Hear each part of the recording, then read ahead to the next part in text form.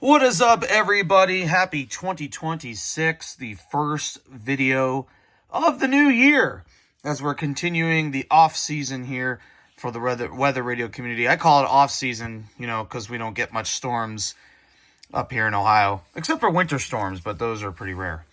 Anyway, in front of me here, you probably noticed that it's just a WR400. What's so special about this? Well, supposedly, for those who remember who watched, what was it? I think it was June or July. Midland updated the WR120 to the DSP model, which is right here. I unboxed that back in June, so if you want to watch that video, you can check it out in the description here. But basically, old WR120, and then Midland came out with a whole new DSP version is what they call it, the 120 DSP. If you want to know the differences between these two radios, you could check out that video below. But today, apparently Midland has also updated the WR400. Now, the Amazon listing was a bit confusing because I'm trying to make sure that I did indeed get the DSP version. What I don't know is if this is leftover stock of the 400, and this is the previous 400, because for those who watch the channel, I already have a WR400. It's downstairs right now. But the idea is we're going to unbox the DSP version of the WR400 and see what's new. Now, I apologize, my room's a bit of a mess right now because I'm currently moving back in here, so all my stuff's just kind of thrown everywhere. But anyway, so I guess we'll find out if this is the DSP version or just another standard WR400 unboxing. If this is not the DSP model, I'm probably not going to upload this video. But if you are seeing this video, that means it is indeed the DSP version. How will we find out? You'll see when we unbox it. So anyway, we'll open it up here. Open these two top tabs here. And there is the radio. So we will pull the radio out. So there is the radio itself. And then it comes with a couple of instruction manuals. The WR400. And of course, instruction manuals, how to use the radio, all that good stuff. Here is the power adapter that it will come with. So, I don't know if you really need to see that. It's a power adapter. But here's the radio itself here. So, right off the bat, let's see and hope that this is actually the updated one, because these are kind of hard to find, or at least it's very hard to confirm if this is an old model or a DSP model. But we'll find out. I could have probably purchased directly from Midland, but I had Amazon gift cards, so I wanted to buy it through Amazon. All right, so let's turn this around, and aha! Yes, this is it. So, if you ever want to know, before you turn it on, if you want to know if this is a DSP model, you turn it around, and you can see right there, WR400 DSP. DSP is the latest version. And this was made in late 2025. Or I guess mid to late 2025. But I'm finally getting my hands on one. So I am definitely very late on this. But definitely glad that to confirm that this is indeed a WR400 DSP. So I will take the little protective cover off there. This is the cleanest this radio will ever be. I can see myself here. It does not come with AA batteries, but you can use batteries as a backup in case, your power goes out. But we'll start with the design here. And the design looks absolutely the same. There is no changes. Literally, there is absolutely no changes to the looks of this radio. The buttons here in the middle, weather radio button, FM radio, 4 presets. The back looks largely the exact same. But what isn't the same is the hardware inside. So I'm going to get the power plug ready to go, and we'll plug it in and get it all set up here. All right. Got the power plug all plugged into the wall. So we will plug it into the back of the radio here. And when it boots up, it should show. This is also another way to know which model radio you have. Not only you can look underneath it, or you just plug it in and it tells you. DSP. WR400 DSP. Very, very cool. Now, right off the bat, that I've noticed is the wording here is centered. If I remember on the previous 400, the wording was like to the left-hand side. So that has now been centered. So hit English. Oh, and the button sounds is the exact same as the WR120 DSP. Interesting. Okay. Any location, that's fine. Set time. I'm not going to deal with that right now. I will fix that later. I'm going to set my channel. Let me raise the antenna so we can get some signal.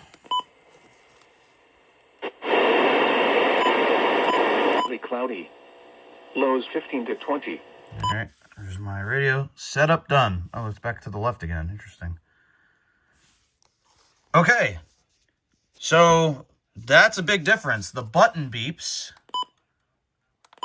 are now the same as the 120. Interesting, because that's what made this radio a lot different. The siren tone, the button beeps, they sound different, but now they're the exact same. Very interesting. And then the wording here is in the middle. The message looks the same. So if this carries the same features of the DSP 120, because those who watched the last video, the previous WR120, you are not able to adjust the alert volume, but the DSP you now can.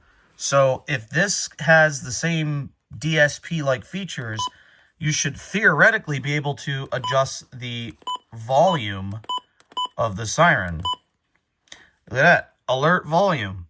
So that's new. So I'm glad that they brought that feature over to the 400 now.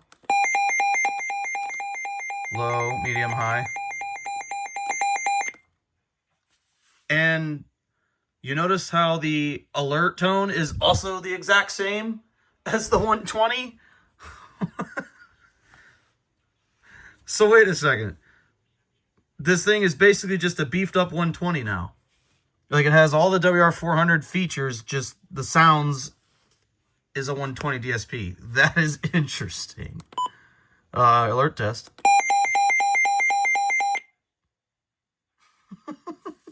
Okay. Wow. Yeah, I don't even really know what to say. That's just interesting. It's basically a 120 inside this thing. Wow. Button beeps. You can now turn those off. I usually like to keep them on. Let's see. Set events. All default. All right, so a new thing with the DSPs is you can now set a location. So instead of basically just setting an entire county, and then, like, let's say you're in South, like in my case, I'm in Delaware County, Ohio. So let's say there's a tornado warning in, like, northwestern side of Delaware County, but I'm in southeastern Delaware County, and the tornado is nowhere near me, but there's no way to be so specific because this radio can be set for county only. Well, now with the DSP, that is no longer the case. So you can set any single, multiple, or anything. So USA.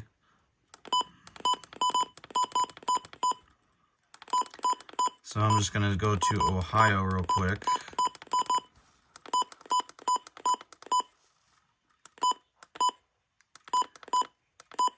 So I'll show you what I mean here. So I'm going to go to Delaware County. So it defaults automatically to the whole county. But if you want to change it to like Northwest Delaware County, you can now do that on the 400. North Delaware County, Northeast, West, Central Delaware County, East, Southwest, South, Southeast. You get the idea. Essentially, you can narrow it down to a very specific zone in your county. It's really, really handy for those who, you know, don't like this thing going off consistently for warnings that aren't in your area. But I don't care. I like it when it goes off anywhere. But if you really want to nail it down to the very specific part of your county, I'm glad Midland has brought that feature over to the 400 now, just like on the 120 DSP there. So in this case, I'm just going to set it back. You could do a single, any, but I'm just going to put it back to any. Yeah. Really, that is honestly it. Oh yeah, and one feature I almost forgot. When you're changing the channel on this thing, previously it would just show you the channel frequency. But a new little feature here is now it tells you the channel number. So that was not there previously, but now it is. So you can switch to channel numbers now. It'll still tell you the frequency, of course, but that is definitely something new that they have added. So now you can know the exact channel number of your local weather station. And another thing that is new on the DSP version of this, I have not tested it yet because obviously I just unboxed this, but with the 120 DSP, if you get a watch and then a warning while the watch is still in effect, both lights will illuminate. Unlike the previous ones where only warning, watch, or advisory would light up at a time, whichever one is the latest alert. But on the 120 DSP, that was not the case anymore. So if we would get like a severe thunderstorm watch and then a couple hours later get a warning while the watch is still in effect, the watch light will remain lit while the warning light is on. And I will assume that the same thing will happen here on the 400 DSP, unlike the previous generation. Oh, and another thing that I noticed that Midland, I didn't understand, but the button beeps, right? So when you're on the 120 DSP, right, when you're selecting it, it does the whole button beep sounds and stuff. Well, you can't turn that off.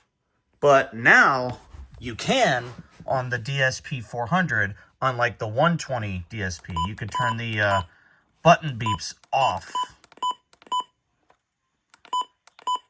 Because previously, you can't do that over there, but you can here. So Midland listened to that, so I'm glad that they added that feature. Personally, I like to have the button beeps on, but some people don't like that. So, you know, if you had a previous WR400 or any of the 120s, you can't turn the button beeps off. But now you can on the DSPs. So I'm glad Midland listened there. Other than that, everything else is pretty much still the same, you know. You can set time, set an alarm, language, location, alert types. You know, we went over that. Alert tests, channel number. Really, that's really the only changes here. So, in summary, basically, the alert tone has been changed to sound like the 120 DSP now. I'm not sure why they exactly did that. I kind of preferred the previous WR400 alert tone. Just, it makes this radio, you know, different from the other ones, I guess. But now it's literally the exact same. And the button beep sounds literally the exact same as the 120 DSP. Alert volume now, so you can select how loud you want this thing to sound. Like you couldn't do that on the previous WR400. And then the channel number shows now.